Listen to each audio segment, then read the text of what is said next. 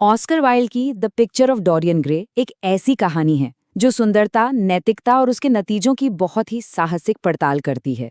ये एक ऐसा सवाल पूछती है कि सोचिए, अगर अपनी आत्मा की कीमत पर हमेशा की जवानी मिल जाए तो क्या ये सौदा मंजूर होगा। नॉवल की शुरुआत ही होती है इस चौंकाने वाले बयान से। ये एक ऐसा जुमला है जो हमें कला के असली मकसद पर सोचने के लिए मजबूर कर देता है। क्या कला का कोई नैतिक कर्तव्य है या वो बस खूबसूरत होने के लिए ही बनी है? तो यही है वो मोहक सवाल जिसकी पड़ताल ये नॉवल करता है। यह हमें हमेशा जवान रहने के वादे और उसके भयानक नतीजों पर सोचने के लिए मजबूर कर देता है। तो चलिए कहानी की शुरुआत में चलते हैं। हमारी कहानी शुरू होती है लंदन में, कलाकार बेसिल हॉलवर्ड के स्टूडियो में, जहां वो अपनी सबसे बड़ी कलाकृति को पूरा करने वाले हैं। मतलब बेसिल के लिए ये पेंटिंग सिर्फ एक कलाकृति नहीं है, ये उनके सब्जेक्ट डोरियन ग्रे के लिए उनके गहरे, लगभग जुनूनी लगाव का एक सबूत है। वो मानते हैं कि इसमें उनकी अपनी आत्मा का एक हिस्सा बस गया है। और यही कहानी में एक नया मोड़ आता है लॉर्ड हेनरी वॉटन के आने से।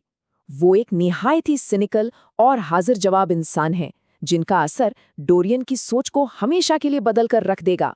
और बस यहीं से डोरियन के नैतिक पतन की शुरुआत हो जाती है। लॉर्ड हेनरी उसे सामाजिक नियमों को चुनौती देने और अपनी हर इच्छा को पूरा करने के लिए उकसाते हैं। वो उसे जिंदगी के एक नए फलसफे से मिलाते हैं, हेडोनिज्म यानी सुखवाद, जहां सिर्फ अपनी खुशी ही मायने रखती है। लॉर्ड हेनरी सुंदरता को दुनिया का सबसे बड़ा गुण बताते हैं और साथ ही डोरियन को ये एहसास भी दिलाते हैं कि उसकी ये खूबसूरती हमेशा के लिए नहीं है। वो जवानी के ढल जाने का डर डोरियन के मन में बहुत गहरे तक बिठा देते हैं। लॉर्ड हेनरी के ये शब्द डोरियन पर जादू की तरह असर करते हैं।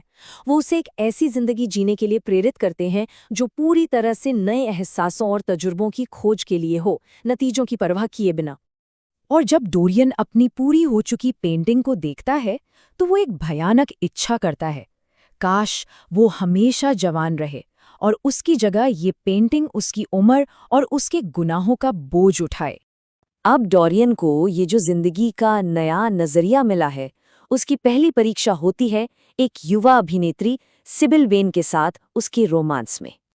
असल में डोरियन को सिबिल से नहीं, उसकी कला से प्यार था, और जिस दिन सिबिल का प्रदर्शन फीका पड़ गया, डोरियन का प्यार भी खत्म हो गया, जिसके बहुत ही दुखद नतीजे हुए।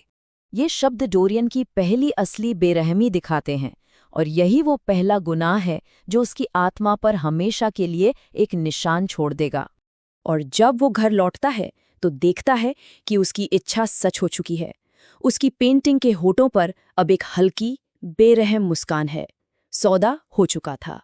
अब अपने इस भयानक राज से डरकर डोरियन उस पेंटिंग को एक बंद कमरे में छिपा देता है और छिपकर अय्याशी और गुनाहों से भरी जिंदगी जीना शुरू कर देता है।